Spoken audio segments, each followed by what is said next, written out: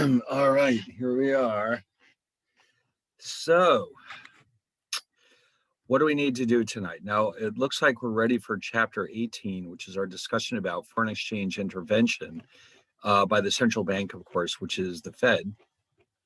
So, we'll be using our AADD framework that we developed last week to help us analyze how this works. But in the meantime, we do have to go over one more thing. Hold on one second.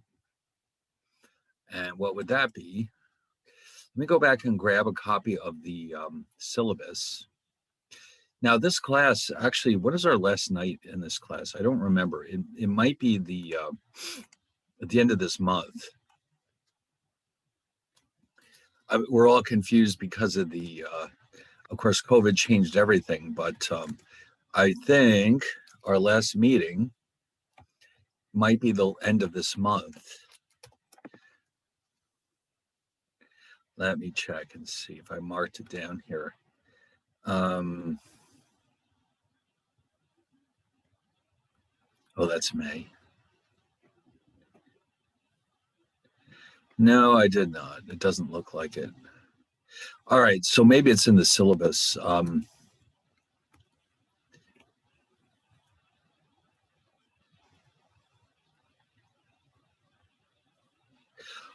Oh, May 3rd. Okay, the last night, according to this, is May 3rd. But wait a minute, May 3rd is...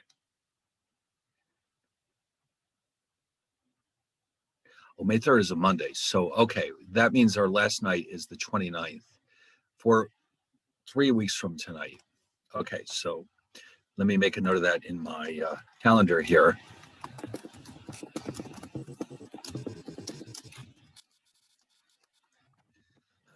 All right, so now what do we still have to do? Well, for one thing, we do have a problem set for both chapters 16 and 17, which I may or may not have posted. Let's go double check that real fast. I want to make sure it's there before I sign anything to you. All right, so let's find out. First, I have to go find our course.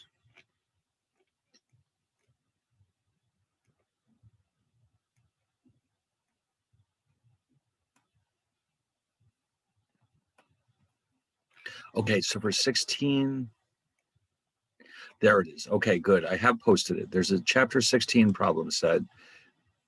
And let's see what it asks us to do. Oh, the Big Mac problems. Yes. Okay. All right, so we'll go over this next week. Okay, so I'd like you to work on this for next week. Not just this one, but there's also one for chapter 17, which we just did last week. So let me just go get that open so we can look at it. Yes, here it is. And this one involves graphs, I believe. Yeah, this is all about the graphs that we've been working on. Okay, so that includes the AADD framework, which we now will need for this week. And so let's agree to do these for next week. And now this class only has 2 exams. Most of my classes have 3 exams. And well, anyway, so here's what we need to do. In addition to going over those practice problems, I realized that the semester kind of got away from us. In the syllabus, there's a mention of a short paper based on the book Currency Wars. Now, in the past, what I basically let people do was choose whatever topic they wanted to do. And basically, a lot of people chose to write about the Federal Reserve System. Some people chose to write about the euro. Some people chose to write about the gold standard. Now, it says here 10 to 15 pages. Well, we can forget about that. Usually what ends up happening is, especially when it's running late like this, I think that, 5 or 6 pages is probably sufficient for this. It's just meant to be a very brief overview of a topic that you find interesting and that is directly related to what we've been doing in this class. So like I said, I mean, in the past, a lot of people have chosen to write about the gold standard and, the Federal Reserve System and how it conducts monetary policy. Some people wrote about the creation of the euro, and there were a few others that people wanted to write about. And so You still have to do that, but I think we can forget about this 10 to 15 pages, but maybe think more in terms of 5 or 6 pages. And also, just, even though the semester ends on the 3rd, our last class is on the 29th, it looks like, but the semester ends on the 3rd, which means typically I would have until the 6th to actually hand in the grades. So that means you could actually hand in the paper by not the 29th, but the 6th, or at least the night of the 5th, probably to be on the safe side. So we'll talk about that as we go along, but what you probably should do is write down or send me an email with a topic that you might find interesting to write about, something where you can get a lot of information and which is not too terribly technical, and then just write a brief discussion about something that is related to what we've been doing. And if you want some suggestions for topics, I can give those to you, but it doesn't need to be terribly long, just a short, brief discussion about one important topic, and that will be our paper for the semester, which, in the past, most people typically end up writing 7 to 8 pages anyway. But the unfortunate thing, though, is that in the past, when we met in person, a lot of people asked me if they could do a presentation instead. And so I decided to let them do it. Here, unfortunately, we can't do that. So it'll have to be a paper. But like I said, it doesn't have to be anything terribly long, but just enough to briefly discuss the topic in a very intelligent way, and just to make sure that you understand what you're writing about. And so it doesn't have to be from that book, The Currency Wars. That's just meant for suggestions, because it does have a lot of nice chapters about historical currency crises that you might find interesting. For example, in fact, maybe I could even start making up a list of things that could potentially work as topics, and maybe I'll post that. How about that? That might be a better way than forcing you to think about a topic. Let's say that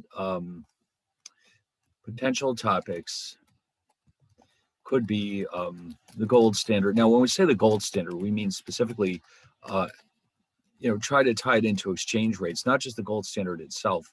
So we'll call this the gold standard, and how exchange rates worked during the gold standard, or were determined during the gold standard. Because it's a very interesting topic, because in those days when money was tied to gold, exchange rates were tied to the value of gold. And so it was a little bit different than what we see now. So you can think of this as how exchange rates were determined during the gold standard. You could also talk about the creation of the euro. You could also talk about the creation of the Fed, also a very interesting topic. Let's see, you could talk about currency crises of the 20th century, such as the Argentine default.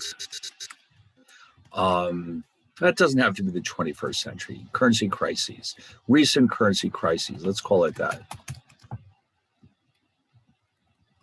You could talk about the Greek debt crisis from about 5 years ago.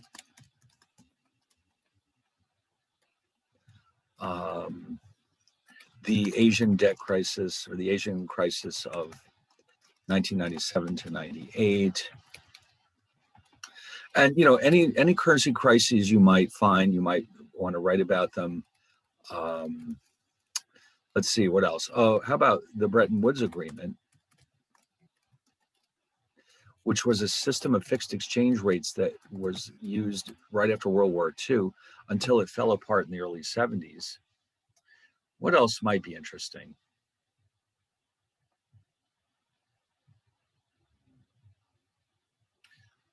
Good question. Something that's relevant to what we're doing here. You could talk, I suppose you could briefly discuss the pros and cons of fixed and flexible exchange rates, which we'll get to very soon. How about this? China's fixed exchange rate system.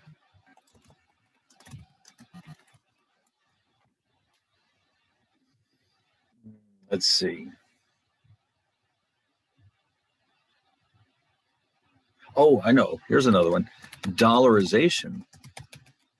What is this all about? Well, there are several countries throughout the world that actually use the US dollar instead of their own currency.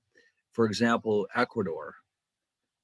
And so you could briefly write about what is dollarization and what are the pros and cons, and give some examples about how it's used in the real world. Yeah, we haven't really gone over that, but maybe we can find some time for that towards the end of the course. What else?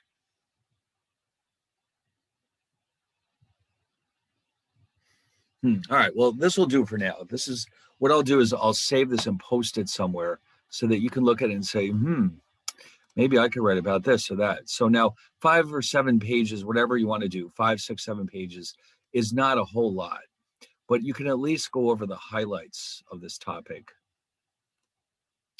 And, just do a brief synopsis. It's not meant to be like a master's thesis or anything like that. Just a brief discussion about the topic. Okay, let me just find a home for this. And I may as well just post it on Blackboard while we're thinking about this.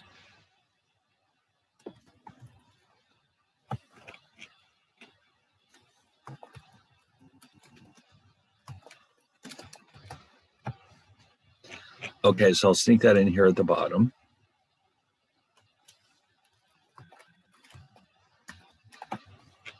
That way you'll have access to this and you don't have to try to remember what I was just saying.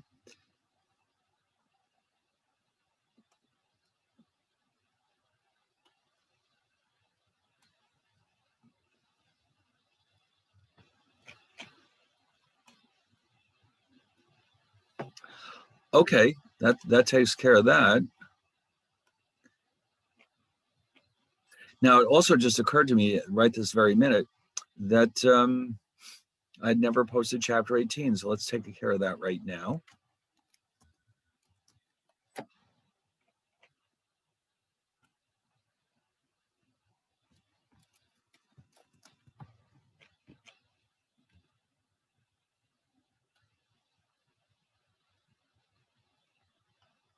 Very nice.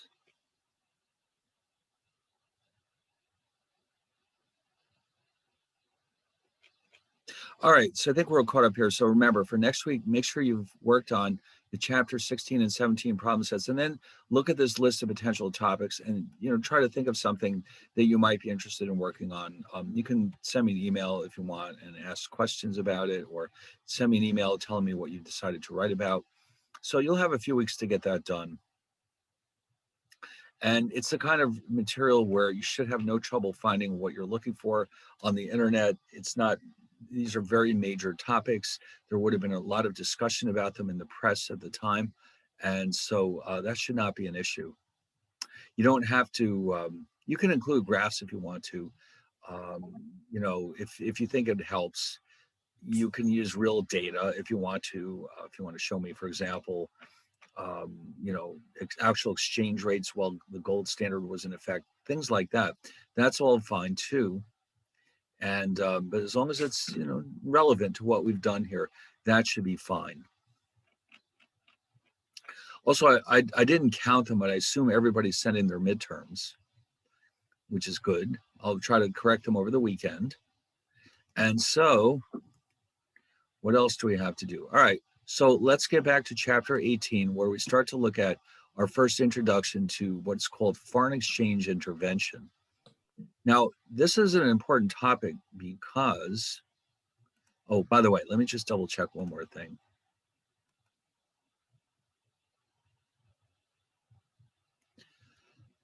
Okay, you know what? In chapter 19, let me put it up there, up here in case you need it. I just realized that chapter 19 is a more of a historical overview of exchange rate systems, and it might actually have information that you might find helpful as you're searching for a topic. That's what caught my eye. I just realized that it does have a brief discussion about Bretton Woods And that could help you decide if you want to write about that or not, because it was a very interesting setup. And it was very appropriate for the post-World War post-World War II world, but then eventually it became less and less relevant, and eventually it had to be abandoned.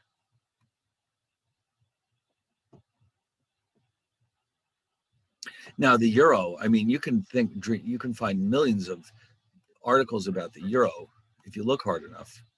That should not be a problem if you choose to write about the euro. All right, so here's 19, and this is a brief overview of exchange rate systems. And historical and current exchange rate system. And basically it has a brief discussion about the different ways in which exchange rates can be organized. And so this will give you a good starting point, I think. And there's even a brief discussion here about dollarization. So no, this is good. And so this would be an excellent way to get started doing your research for what paper you choose to write about. Yeah. Wow, there's a lot here. I didn't even realize how good it is.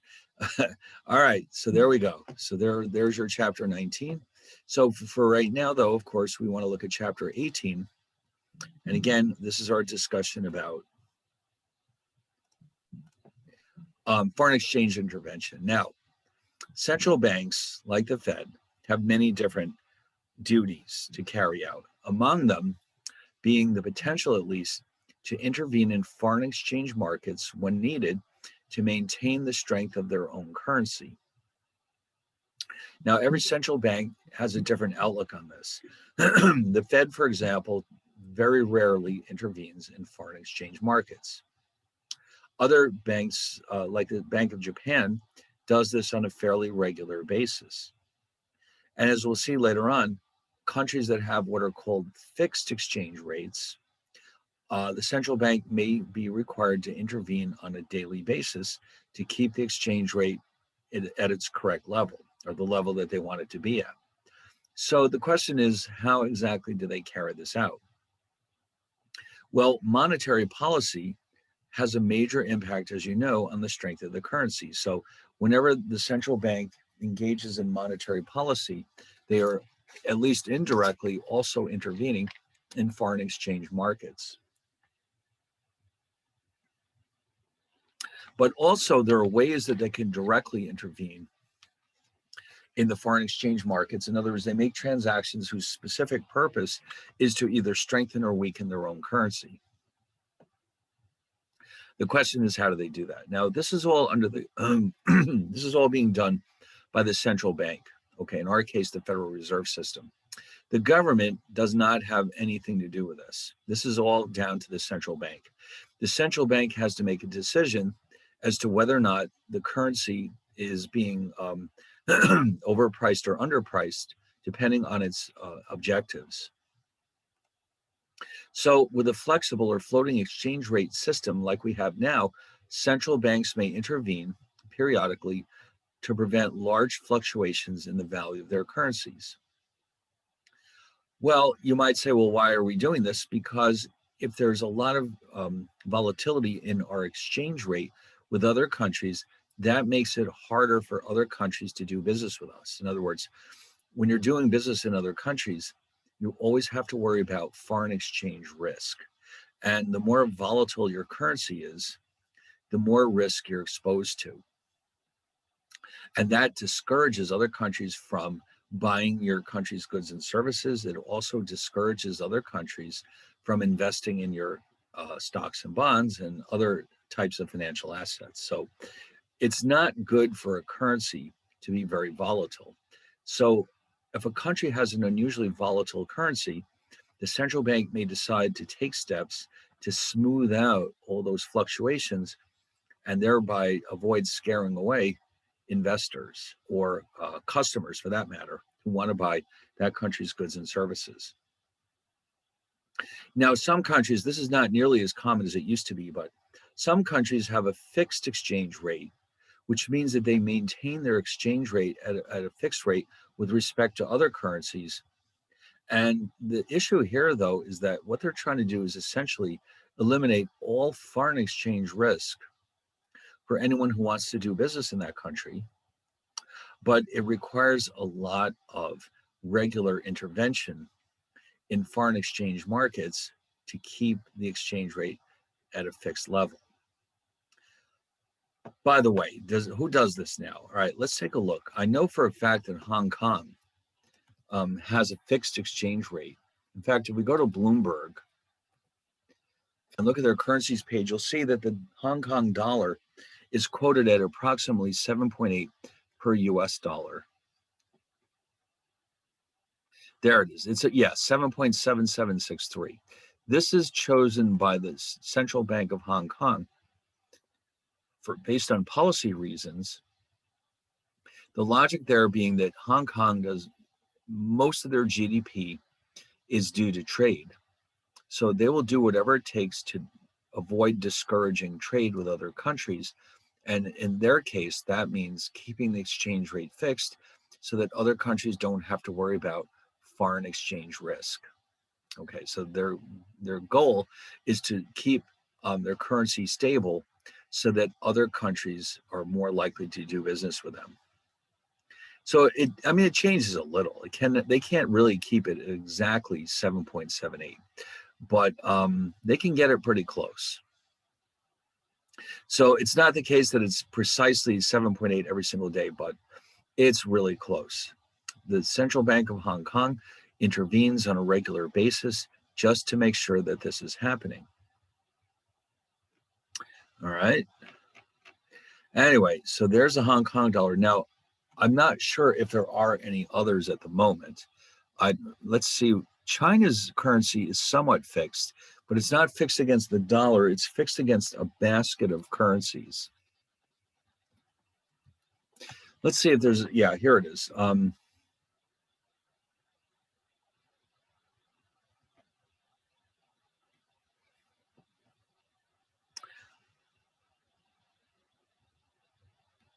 Let's see what these guys have to say for themselves.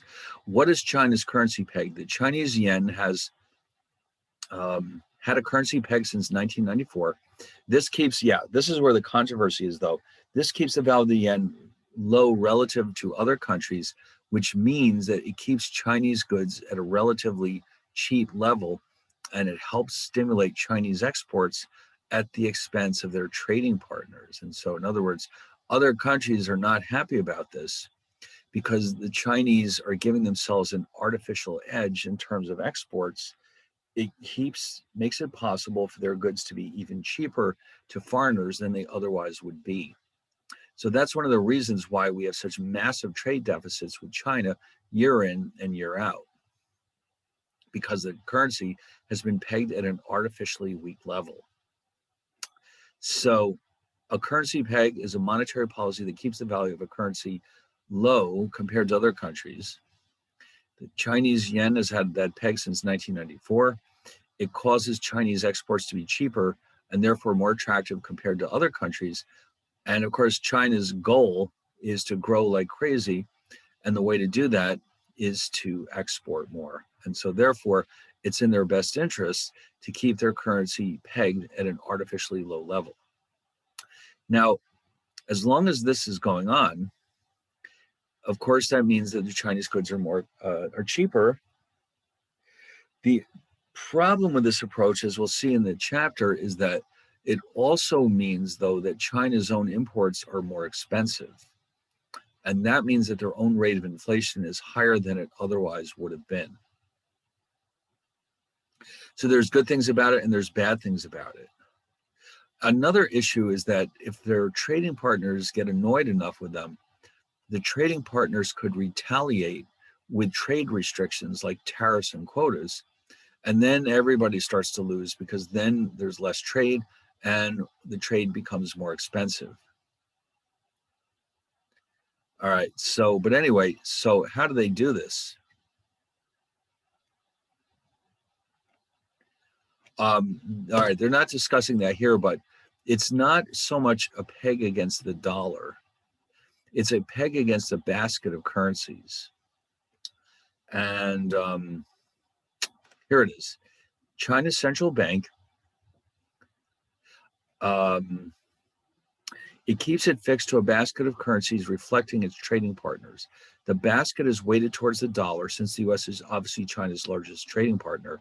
It keeps the yuan's or yen's value within a 2% range against that currency basket. Okay, so yeah, well, all right. I was hoping to find more details here.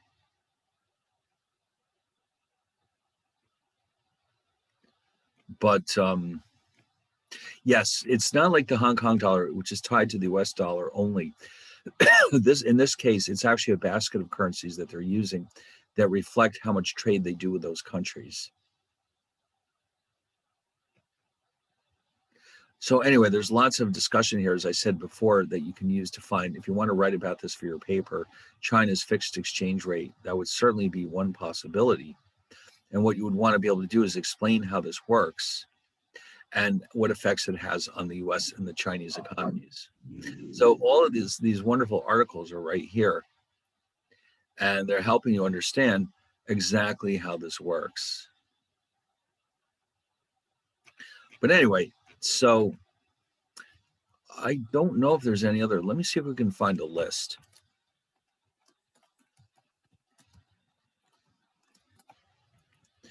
Oh, okay, here we go.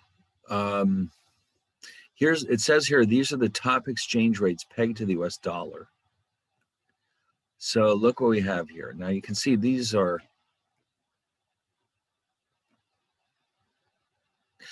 why currencies pegged to the US dollar. This should be interesting too. Countries have different reasons for pegging to the dollar. Most of the Caribbean islands peg their currencies to the US dollar because their main source of income is derived from tourism, which is paid for with dollars. Fixing to the US dollar stabilizes their economies and makes them less volatile. In Africa, many countries peg to the euro. I think that's mainly because a lot of them used to be French colonies. And in Asia, Macau and Hong Kong fixed to the dollar. Here we go. So here's a nice little list. And you can see usually the ones in Central America are tied to the US dollar, like Belize. A lot of these African countries, if they have a peg, it's probably to the euro because of their historical ties with France. Hong Kong is tied to the dollar. Let's see. Yeah, so the Saudis as well, because obviously oil is usually priced in dollars anyway, so it makes sense for them to tie their currency to the US dollar. So Panama has its own currency, but it's pegged to the dollar at a rate of 1-to-1. So these countries do this to maintain stability. Often countries that have a currency peg like this had previously experienced a lot of inflation or other issues, and now by having their currency tied to the dollar, that helps reduce inflationary pressures so that the country's own prices start to reflect the US prices. And it has worked very well for many of these countries. But of course, there's always trade-offs. For example, this makes it much harder to carry out monetary and fiscal policy, as we'll see later on. So in order for a country to have a peg, it means you can often reduce your inflation rate to more reasonable levels, but it also may mean that you give up control over your own monetary and fiscal policy. So there aren't that many. It used to be much more common. In fact, the Bretton Woods system, which I mentioned earlier, was a system of fixed exchange rates, which were used right after World War II between the United States and Western Europe, as well as Japan, I believe. And so the point of that was to help the West rebuild after World War II by stimulating trade. And the thinking was that one way to do that was to have a system of fixed and therefore predictable exchange rates. Now, with a fixed exchange rate regime, central banks are obligated to intervene in currency markets to make sure that the value of their currency doesn't float away too far from the fixed exchange rate. Now, we'll see later on that it's very important for central bank who says they want to have a fixed exchange rate to actually take steps whenever necessary to maintain that fixed exchange rate, because the success of a fixed exchange rate often depends on whether or not the markets believe that the central bank is serious. We've seen crises in the past where central banks were not taken seriously. And like, for example, the Asian crisis of 97 and 98, a lot of those countries had fixed exchange rates, which they had to abandon because the markets did not believe that they would be able to maintain them. All right, so what's so good about a fixed exchange rate? It can help provide stability to your currency, it can help lower interest rates, and it can help reduce inflation. That's usually one of the main reasons why this happens. Because again, remember, it does imply some sacrifice of control over your own domestic policy. So there must be some advantages, and there are, but not that many, so that so many countries in the world are using them. So here's the big rub, though. With a fixed exchange rate system, a central bank cannot conduct independent monetary policy, and we'll see how and why this happens tonight.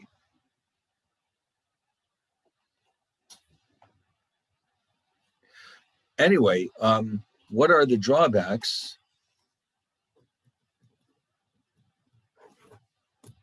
Let's see. Whoops. Oh wait, that is the big disadvantage. The advantages are these three, and this is the disadvantage. Okay, now, foreign exchange intervention. How does that work? Okay.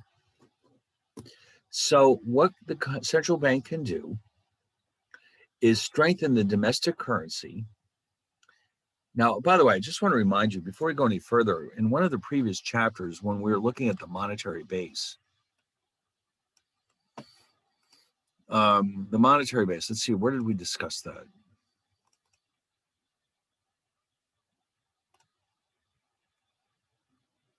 There it is. This is the balance sheet of the Fed.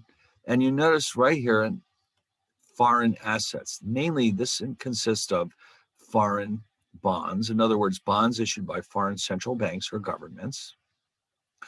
And it might also include foreign bank deposits. But the bottom line is these are securities that are very safe, but they are denominated in foreign currencies. The purpose of holding those is to maybe occasionally intervene in foreign exchange markets. Okay, so we're going to see how this happens, but the total amount, at least held by the Fed, is quite small by comparison with domestic assets. In other countries, they may have more foreign securities. In fact, many of them hold US treasuries for this very purpose because they know that they're safe and they'll earn a fairly good rate of return, but many of them are hanging on to these so that they can intervene in foreign exchange markets as needed. All right, so I just want to remind you that was there. So what can we do to strengthen the domestic currency? We can sell foreign currency assets. For example, what if a bank in the US wants to acquire foreign government bonds? Well, we can sell them to that bank and insist that they pay us with dollars. And so what this means is that there's more foreign currency in circulation than there was before. The supply, I should say, is higher, while at the same time, though, the supply of dollars is smaller because the reserves in the banking system will shrink up as a result of this type of intervention.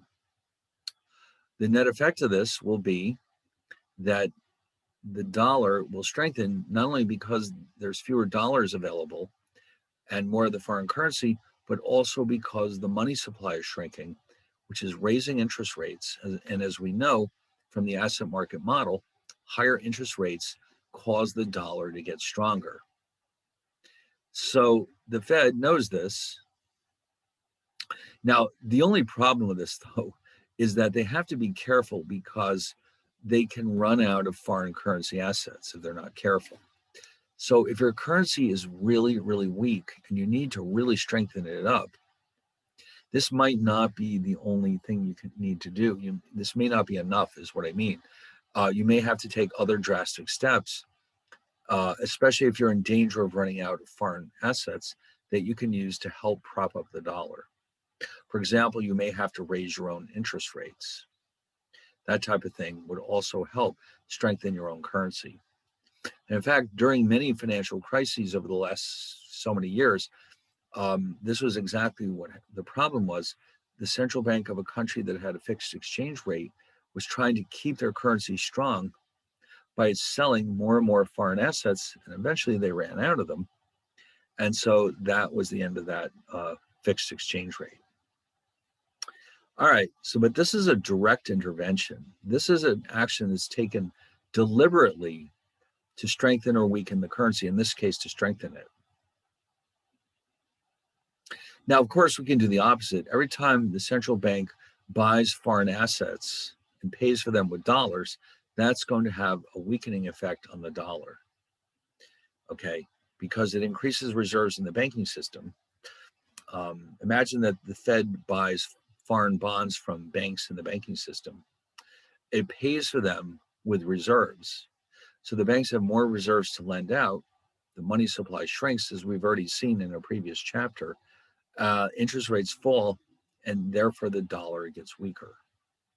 All right, so remember, in the short run at least, a lower domestic interest rate weakens a currency, and of course, a higher domestic interest rate increases the strength of that currency. All right, very good. Now, the central bank balance sheet, well, this is kind of a blast from the past. Here, I didn't realize I had copied it into here, so here it is again. And this is what we're focused on right now. You can see foreign assets are a component of the monetary base, which is itself a component of the money supply. So if the Fed undertakes actions to increase their holdings of foreign assets, the monetary base goes up, the money supply goes up, interest rates go down, and the dollar gets weaker. So you can see from the spreadsheet, or I should say balance sheet, buying foreign assets ultimately weakens the dollar. Selling foreign assets ultimately strengthens the dollar. Okay, so that's how that works. So again, if the Fed for some reason needs to strengthen the dollar, it can do so by selling off some of its foreign currency assets, as long as they have enough left. If they want to weaken the dollar for some reason, then they can do it by acquiring foreign assets. Okay, now let's look at a quick numerical example of this. Here's the balance sheet of the central bank, whatever it is. They have some assets that are foreign, some that are domestic. On the liability side, they have reserves. They're holding reserves in the banking system worth $1 billion. And down here we can see the currency in circulation is $11 billion. So the left-hand side and the right-hand side add up to $12 billion, as they have to. The two sides must be the same because they both represent, in effect, the two sides of the same coin.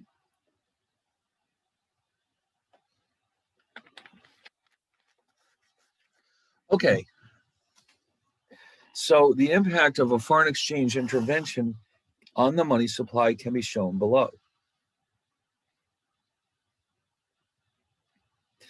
All right, what if we're trying to strengthen the dollar? Now, the Fed owns, like I said, many, many foreign assets, typically foreign government bonds. Here, the name of the British government bonds, they're called gilts. Okay, gilt for golden edged. They're called gilts. And the Fed, let's say, owns $200 million worth of these gilts, although they would be denominated in pounds, in its collection or portfolio of foreign assets. In fact, let me just double check something here.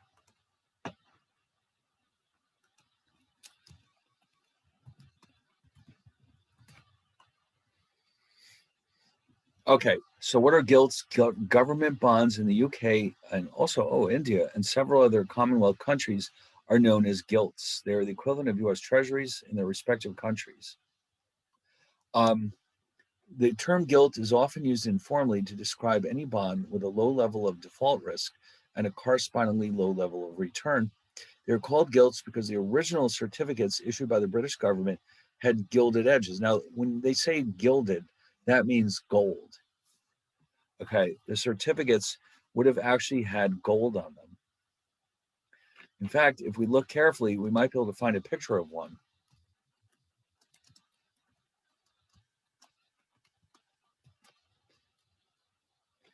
Okay. No, they think I mean frames. What do they think? For God's sake. UK gilts. Let's try this. UK government gilts with gold. All right, well, now we're getting somewhere.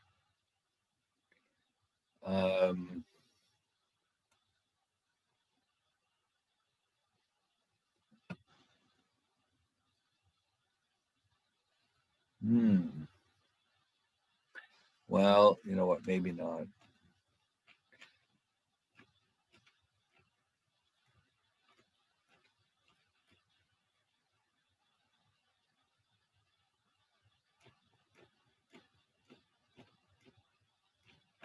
No, this is not what I was looking for. I thought that there would be like historical certificates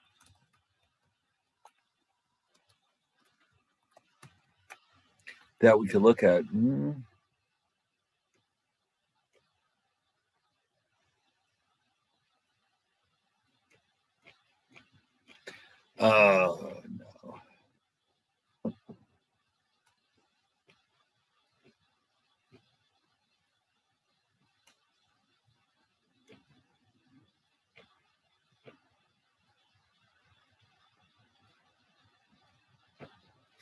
No, I guess we're not going to find one. I would have liked to have seen what that looks like.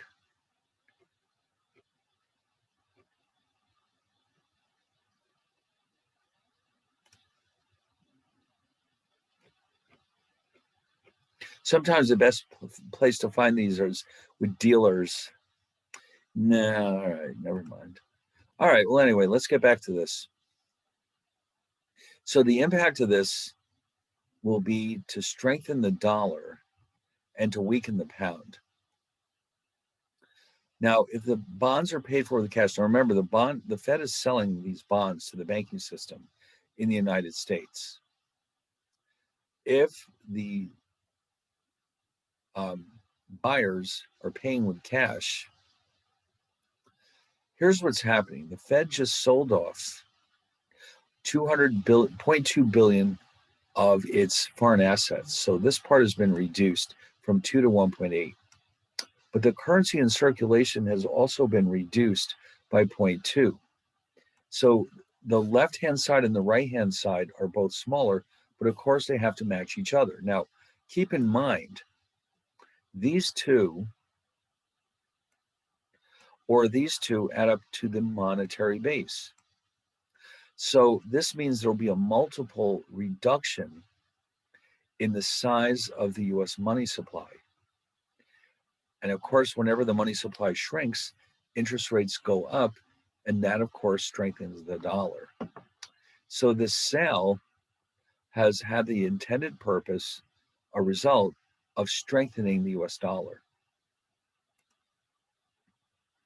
All right, because of its impact on interest rates. Ultimately, it's really interest rates that are behind a lot of what happens here. What does this do to our interest rates? That's usually the best way to think about how is this affecting the strength of our currency. Okay, so again, both assets and liabilities have declined by 0.2 billion. They're still equal, but now the money supply will shrink.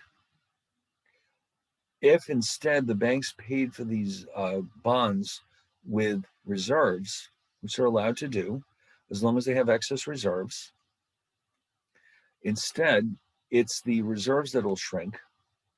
So you notice hold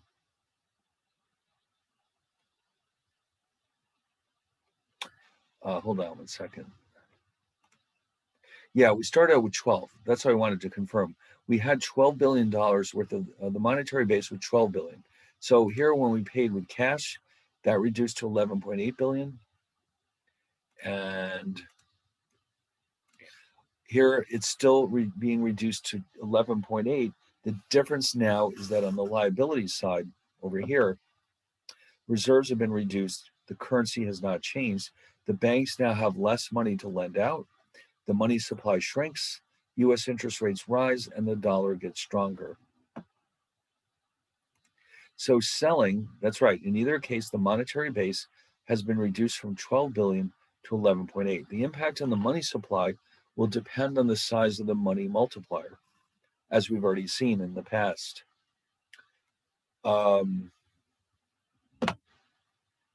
So, of course, this is one of the two equivalent definitions of the monetary base. So, in one case, we saw that currency fell. In the other case, total reserves fell. Either way, the monetary base falls. And of course, that implies a reduction in the money supply and thereby an increase in the interest rates in the US and a stronger dollar, which is what they wanted. That was the whole point of this intervention. Now, it sounds, I mean, when you say the word intervention, it sounds a lot more serious. Like some of those TV shows where people intervene to stop people from taking drugs and stuff like that. It's not nearly at that level. What they're doing is they're simply buying and selling securities to nudge the exchange rate into the direction that they want it to go. Okay, so even such a small transaction could have a fairly significant effect on the strength of the dollar. All right, and all they did was sell $200 million worth of UK gilts. All right, and the rest took care of itself. All right. Conclusion: an intervention in the foreign exchange market whose purpose was to strengthen the dollar leads to a multiple contraction of the US money supply. And the effect of that, of course, is an increase in interest rates. Of course, if we meant to do the opposite, an intervention designed to weaken the dollar would require a purchase of foreign assets, which would increase the US money supply and thereby lower interest rates and thereby weaken the dollar. Now, here's a big question. Why would we do this? The Fed might want to strengthen the dollar in order to reduce the rate of inflation. The Fed might want to weaken the dollar in order to reduce the rate of unemployment. So either one of those is a possibility. But like I said earlier, the Fed doesn't often intervene in foreign exchange markets. They have more of a hands-off policy.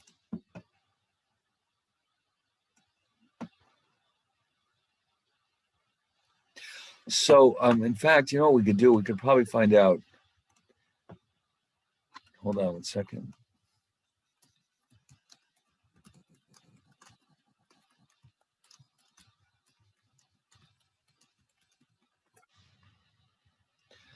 Okay.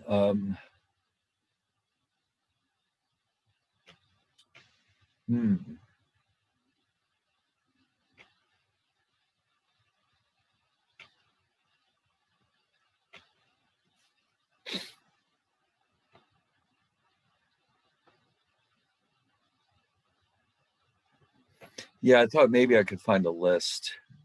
Maybe not.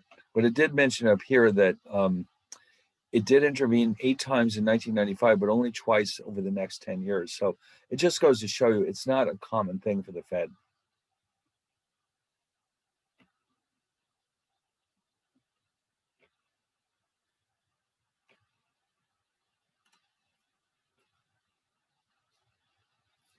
All right. Well, anyway, fixed exchange rate regimes. Now, up to this point, we've been talking about floating exchange rates. Okay. The word floating simply means that the exchange rate is free to determine its own strength due to the impact of supply and demand of the currency. With fixed exchange rates, of course, that's not the way it works. So with this regime, a fixed exchange rate regime, the central bank is committed, as we've seen, to buying foreign assets when the currency appreciates. So in other words, with a floating exchange rate regime, the central bank optionally can reduce the value of its own currency by buying up foreign assets. So let's go back to this example again. Now here the Fed sells foreign assets and it strengthens the dollar. If they buy foreign assets, that'll weaken the dollar. So buying foreign assets weakens the dollar, selling strengthens it. So if the exchange rate is starting to get too strong, the central bank can knock it down to the level they want to keep it at by buying foreign assets. If the domestic currency is getting too weak, they can compensate for that by selling foreign assets. The whole idea is to just do exactly the opposite of what's going on in the market. If the currency is getting stronger, we want to weaken it. If the currency is getting weaker, we want to strengthen it, because that's the only way we can keep it at a fixed rate. Now, you know, those markets are very volatile. With $5 trillion worth of currencies trading every day, the exchange rates themselves are prone to be very volatile. The only way we can keep an exchange rate fixed is if we're constantly intervening to keep it at the level we want to see it at. So that's what has to happen with a fixed exchange rate regime. The central bank is continuously intervening in these markets. If they don't, they lose their credibility, and then they might as well just give it up because it won't do them any good. So here's an example. What if real GNP increases? Ordinarily, that would, of course, cause the domestic currency to appreciate. The central bank of this country doesn't want that. They want the currency to stay where it is. So that means that they have to do whatever it takes to weaken their own currency back to the level that they want it to be fixed at. So how can they do that? Remember, their goal is to weaken it. So what they're going to do is buy a foreign currency. Okay, so now we know real GNP causes the money demand to rise. If the money supply doesn't change, the domestic interest rate rises. That by itself would normally cause the domestic currency to strengthen, but we need to do something to move it in the opposite direction. So we do that by buying foreign assets. Therefore, the domestic money supply returns to its original level, which it had before GNP rose. The domestic money supply increases, domestic interest rate falls back to its original level, and the exchange rate returns to its original fixed level. Now, we can do this with our framework that we've been working on the last few weeks. We have joint equilibrium in the asset market. Well, actually, I should say the foreign exchange market and the money market. But it's very, very confusing at first because there's so much going on here. So we start out at 1. That's our original exchange rate, and this is our original interest rate. So due to an increase in real GNP,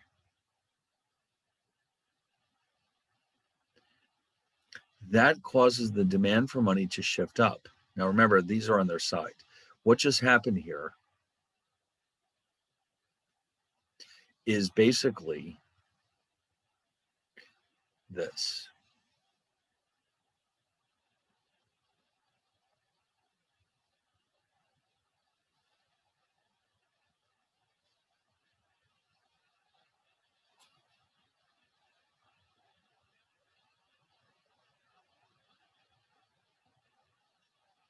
Okay, so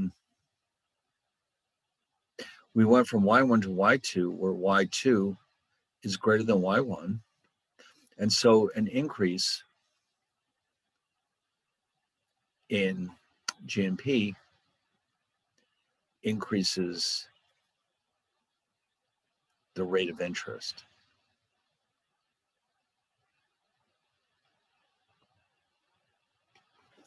And so, but because this whole thing's on the side, it's hard to follow it. But that, as a result, means that at the point 2, which intersects with the original money supply, interest rates are higher, and we end up over here at R2. So without any further steps, and we have seen this case before, I think, higher GNP, stronger money demand, higher interest rates, the dollar gets stronger. Now, if that's not what the Fed wants, the Fed has to say, well, listen, what can we do to return the exchange rate to its original level? What that something is to find a way to increase the domestic money supply. And how they do that is not by actually increasing the money supply directly. They can do that. The central bank increases the domestic money supply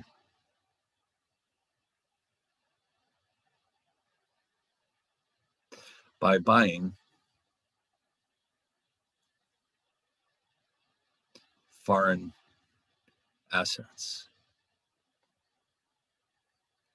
because they pay for them by increasing the reserves in the banking system. And when those reserves go up, the monetary base is going up, and the money supply is also going up. So that step increases the US money supply. So this curve shifts down.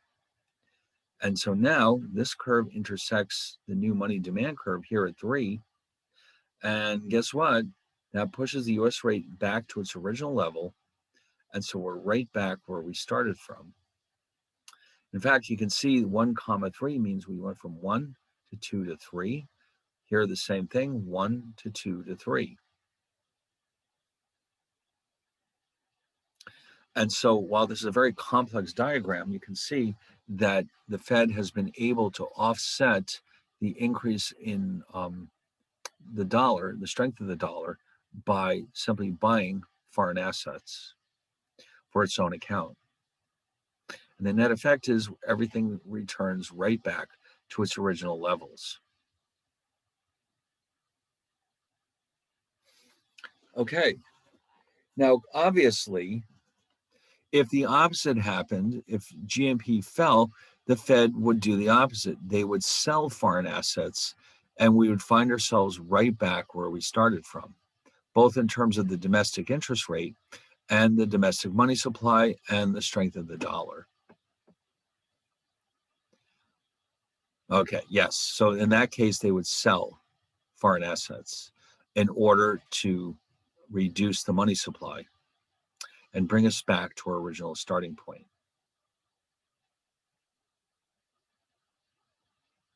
So under a fixed exchange rate regime, if the domestic currency appreciates for whatever reason, the domestic money supply must be increased. And usually that way is done by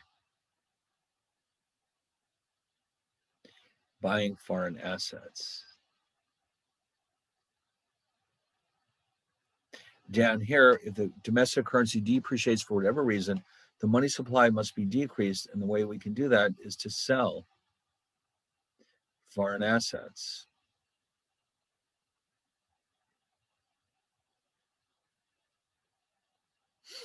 Okay, that's how it works. Now, the central bank will have to do this on a regular basis in order to maintain a fixed exchange rate. So like the Bank of Hong Kong, they must be doing this every single day. But it works. Obviously, Hong Kong is one of the more prosperous countries in the world. So whatever they're doing, it must be working right. Now, there's the rub, though. Every time the dollar strengthens or weakens, the Fed must change the money supply to offset that increase or decrease in the strength. So therefore, here's the rub.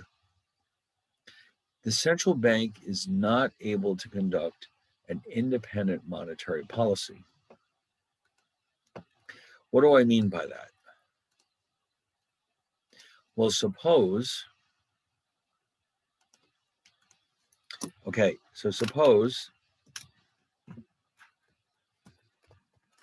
that, let's use the first case.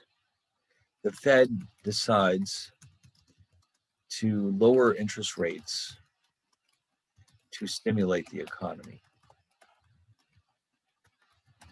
Okay, with a fixed exchange rate regime, the dollar would weaken and the Fed would be obligated to strengthen the dollar to restore the exchange rate. This could only be done, or could be done,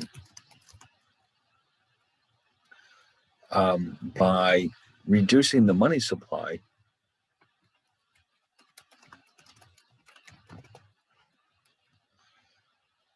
through the purchase of foreign assets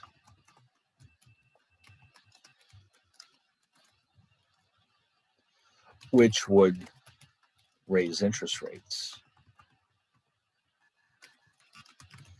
Now, there's the rub, though. Then what happens is you're exactly offsetting the original stimulation that you gave to the economy. In other words, we lowered the interest rates because we wanted to strengthen the economy. But with a fixed exchange rate regime, the dollar would start to weaken and we would be obligated to bring it back to its original level. And that would mean reducing the money supply by buying foreign assets. Interest rates would go up and they would simply return to their original levels. And so our original impact would be gone. Ooh, that would be very unfortunate. So therefore, the foreign exchange intervention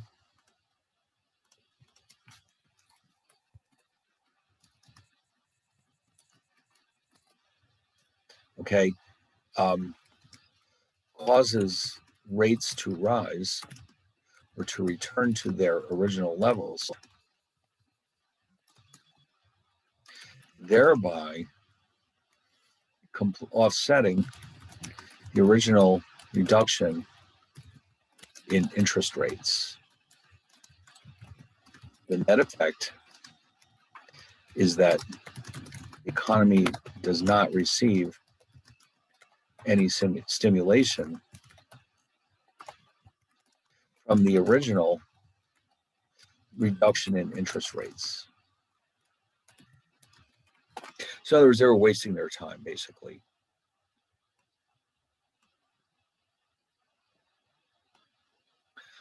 And of course, this all works in reverse.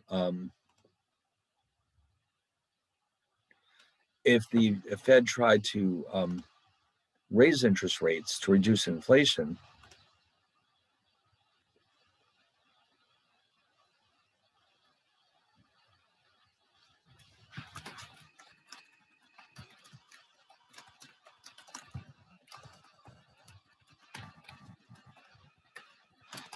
it would be obligated to increase the money supply and lower rates in order to maintain the fixed exchange rate. As a result, the original increase in interest rates would have no effect on the economy. Okay. So in other words, we lose control over monetary policy. That's the trade-off. Okay. So therefore,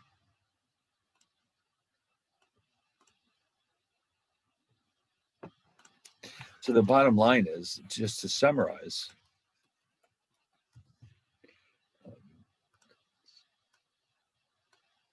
all right. So what we're saying here is that a fixed exchange rate can have many benefits,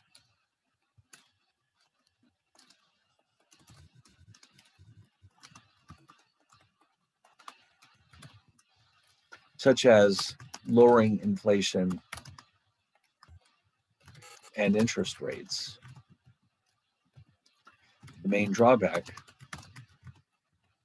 to it is sacrifice of an independent monetary policy. So for some countries, it's worth the trade-off. In other words, it's worth the price that they pay to have fixed exchange rates. For many countries in this day and age, that would not be the case. Many countries, most countries, no longer have fixed exchange rates. They used to be much more common, but not anymore. All right. Now, by the way, I would be willing to bet that there's a good video available, which I should have looked for earlier, about this very issue, fixed versus floating exchange rates.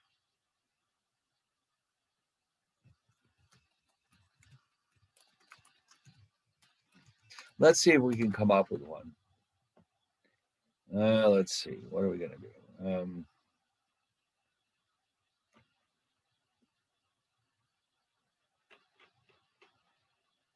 This guy's pretty good. Let's take a look at this one. Maybe not.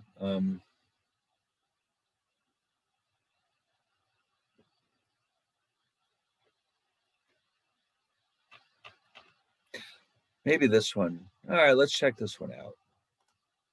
All right, so I'm gonna. Oh, sorry. I have to send you the link. We haven't had a video in a long time. I have to send you the link to the chat box because, first of all, you won't be able to hear what I'm doing if I don't, and secondly, we could have create copyright problems if this gets into the recording. So, I'll send you the link, and I'm hoping I got my fingers crossed that I picked a good one here. But I do think something like this is a fairly complicated topic, and it probably could use a little bit more background. All right, so let me just fire this off to you. And let's see how it goes. All right, so let's check this out and see how it is.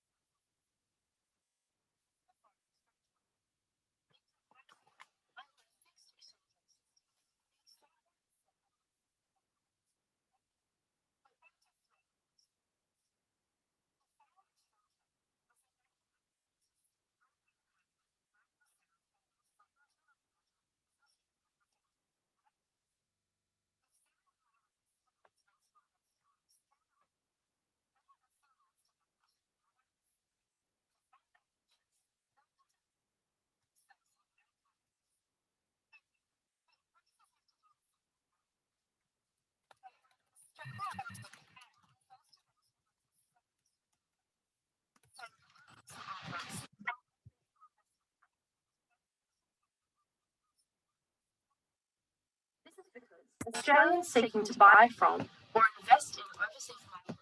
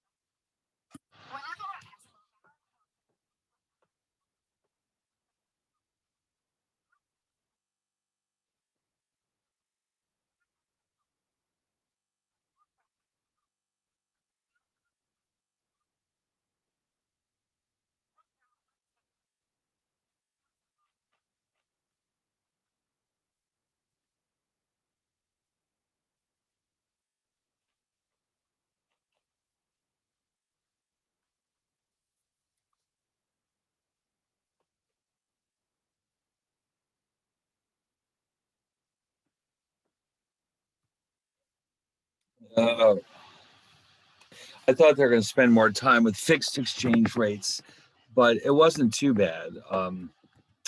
But I did find a couple more that I think we should look at right now because they look pretty interesting.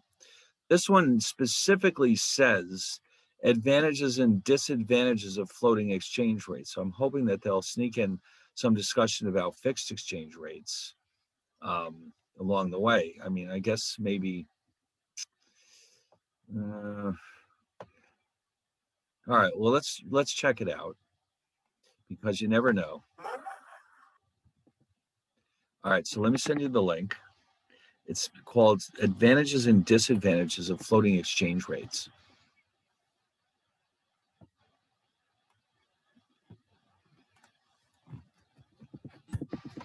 All right. So let's look at this one.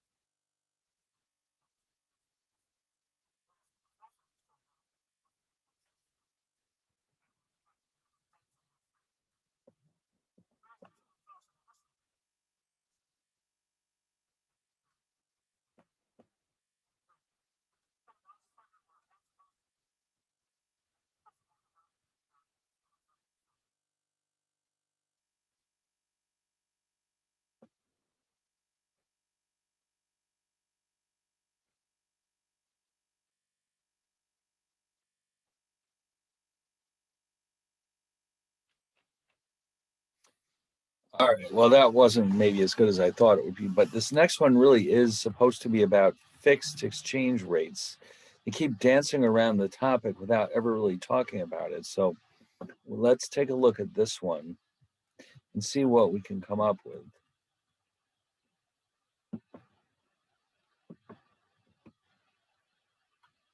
All right, hold on. Here we go. All right, hopefully this one will be better.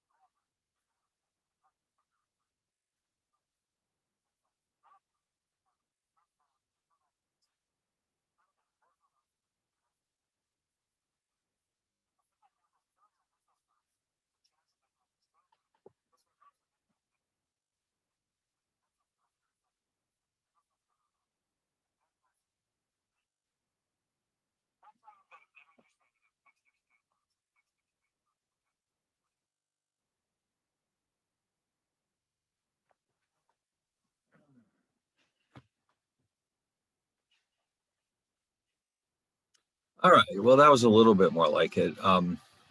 But I found a couple of others that I think we should look at because they're fun. We mentioned before that Hong Kong has a fixed exchange rate with respect to the US dollar. So I found a video that tries to explain why and how this is happening. So I thought we should watch that too, because it's directly related to what we've been talking about. And in fact, that actually might be another topic that you could discuss in your paper if you choose to do so. Why not? It sounds like fun. All right, so let me fire this over there.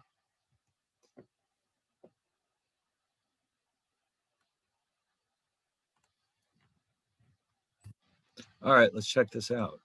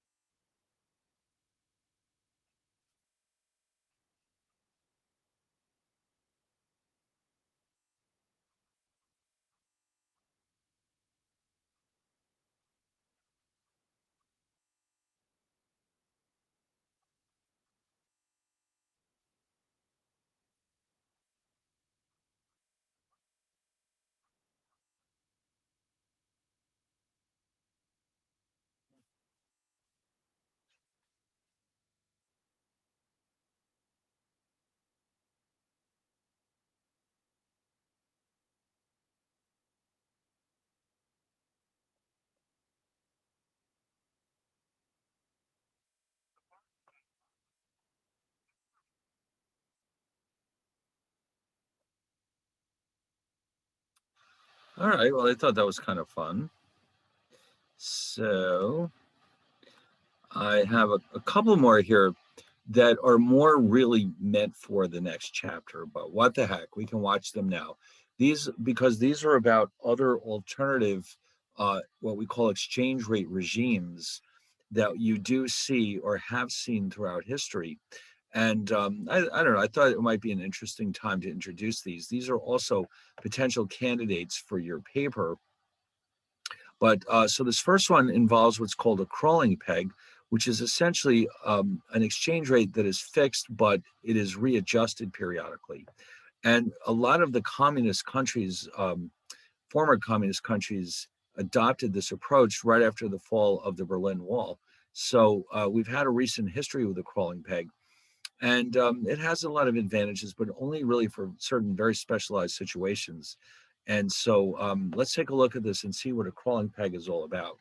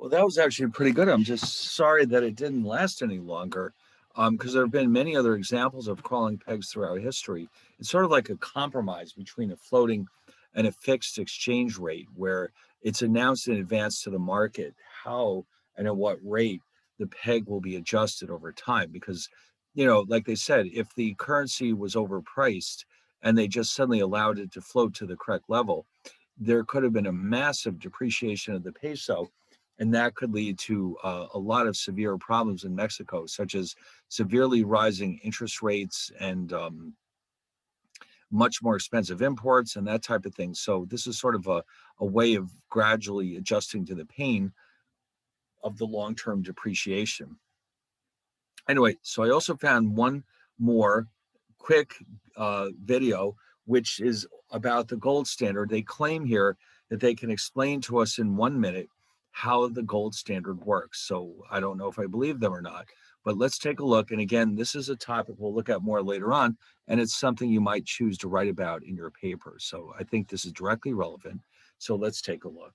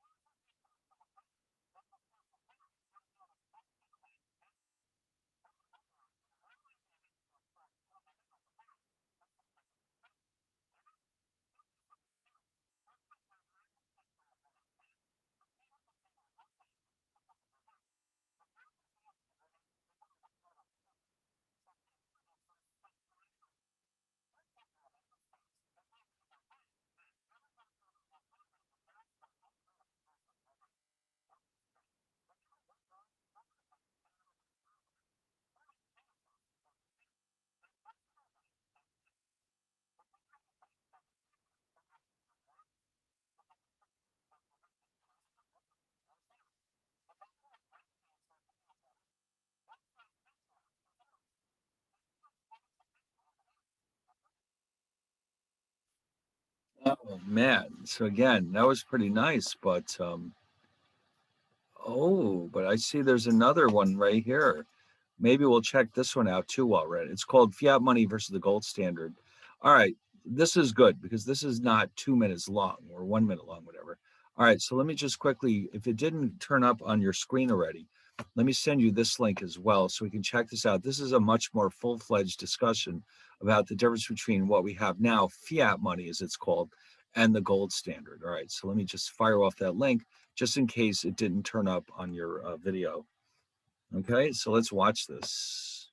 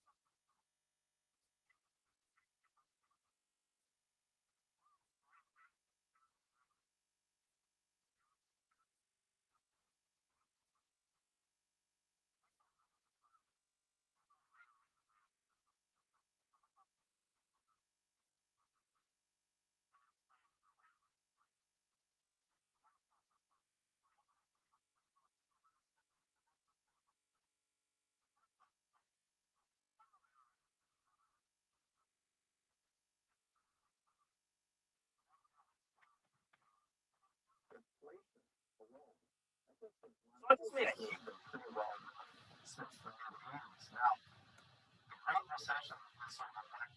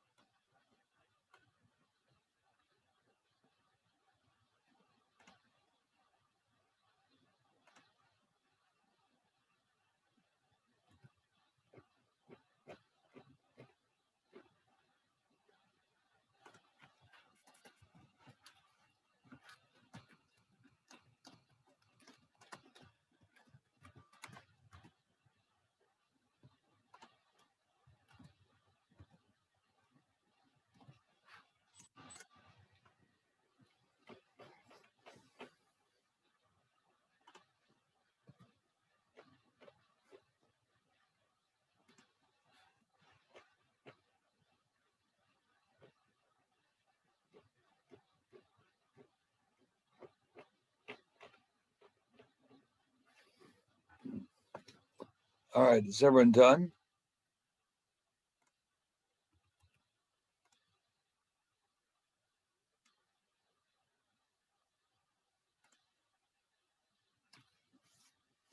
All right, so I didn't want to cheat you out of your break tonight, so we'll have a quick break. Luckily, I did find another video which I think does a much better job of explaining what I really wanted, which was the history of the gold standard. I didn't realize that that was just going to be a couple of talking heads babbling on about the gold standard. But this next video, which we'll save till after the break, I think will do a much better job of explaining it properly, and then you can decide if possibly you want to use that as one of your topics.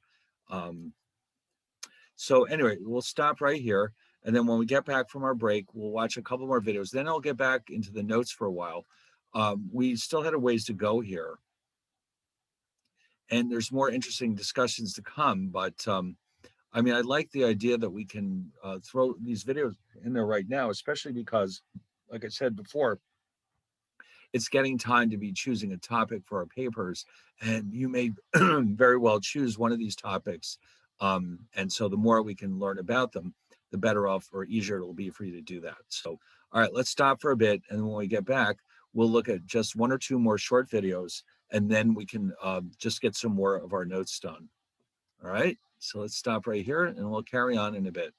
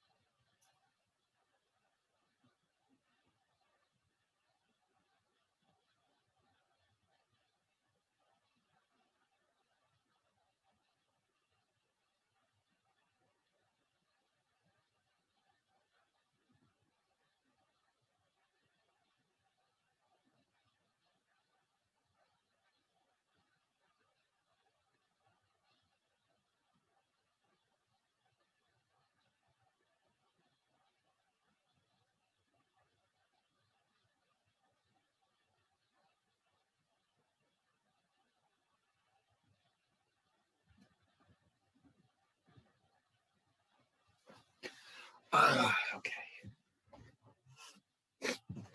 All right. So we got a couple more videos and then we can get back to what we were doing.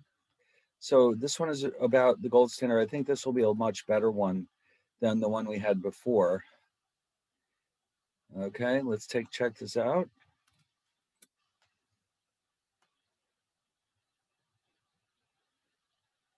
Sure, your gutters are in tip-top shape and prep to protect.